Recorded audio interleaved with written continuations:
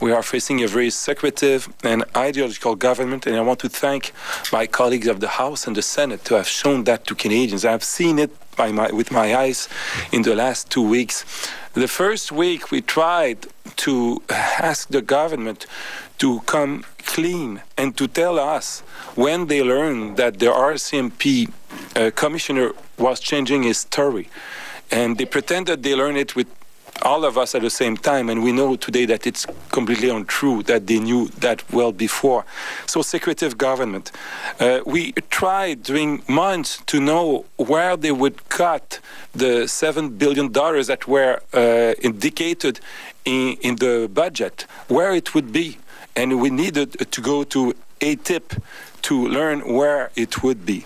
Secretive government indeed. Strategy to delay the Pacific Gateway, this window that we have on the most booming economies in the world regarding our trading strategy. And at the same time, here in Canada, they are cutting our arms in attacking an institution that helps us to have more fair trade in the agriculture sector, which is the Canada Wheat Board. This is a government that has a very wrong approach. Cutting also the provinces by $6 billion, as you know, especially through childcare and labor market management. Well, today there is a meeting with the Minister of Finance, and they would, I think they should say, start in saying these $6 billion of cuts are restored.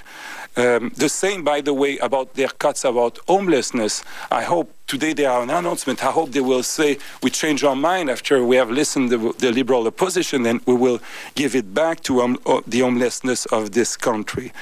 And breach of trust about the tax income trust.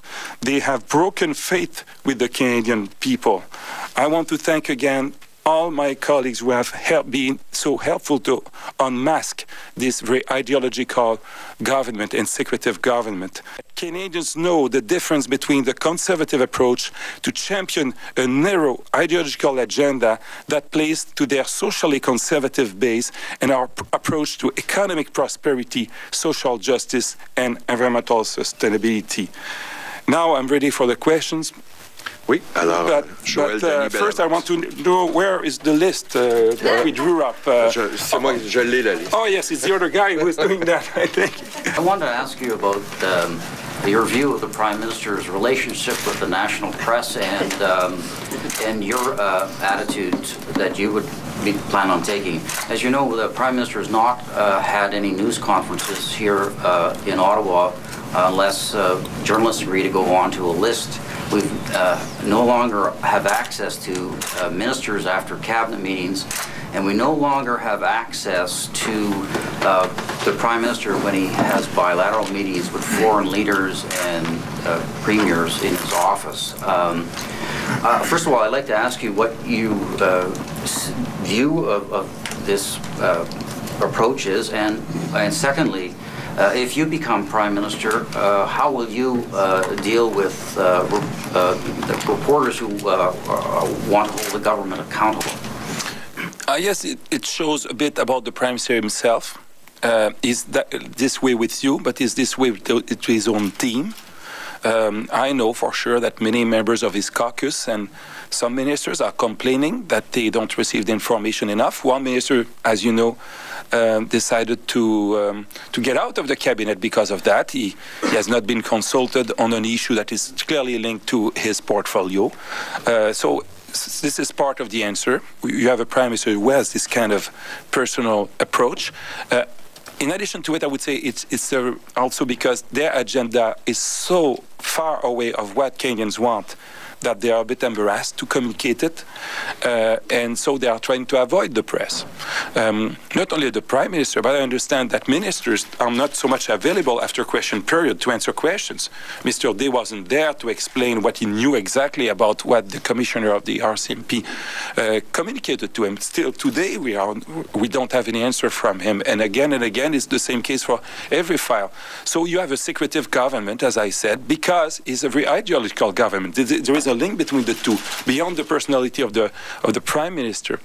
Now, my personality is very collegial. I will work with my caucus, I will work with my colleagues, and I will work with you. And I've always been available as a minister, as you may remember. Even when questions were difficult, I was there to face the press. And even when I was not always happy with your answers, I did not personalize the relationship with you. I understand that the Prime Minister has a party tonight, and some of you are invited and others not. Well, when I will have this turn-away, and I'm sure when I will have Sussex, all of you will be invited. And may I ask you They will not have a blacklist.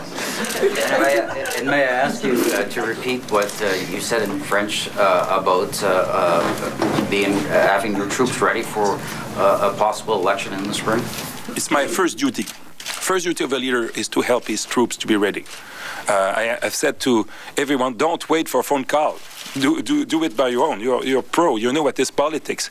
But I will help to have a strong organization, a strong platform, strong messages, and we need money, and we need to be ready. And it may come at any time, may come in February, in March, we don't know. I don't want to rush to an election. I know Canadians would prefer to not have an election during the winter, even though the snow is not coming.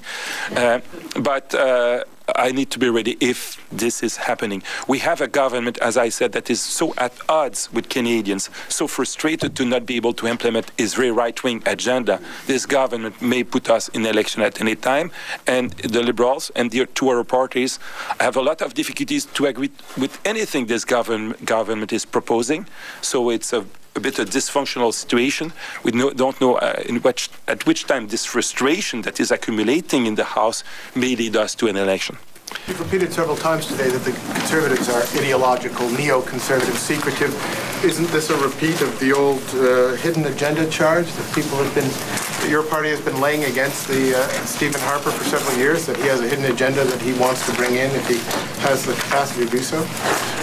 Oh, yes, but it's less and less hidden because we are very good to unmask this government. And I want, again, Campbell, to thank my colleagues who work so hard to discover what this government is doing as a minority government with surpluses, cutting the most vulnerable of Canadians and cutting our capacity to be competitive in this new industrial revolution, the sustainable economy, which is first and foremost a knowledge economy. We need to have top quality universities.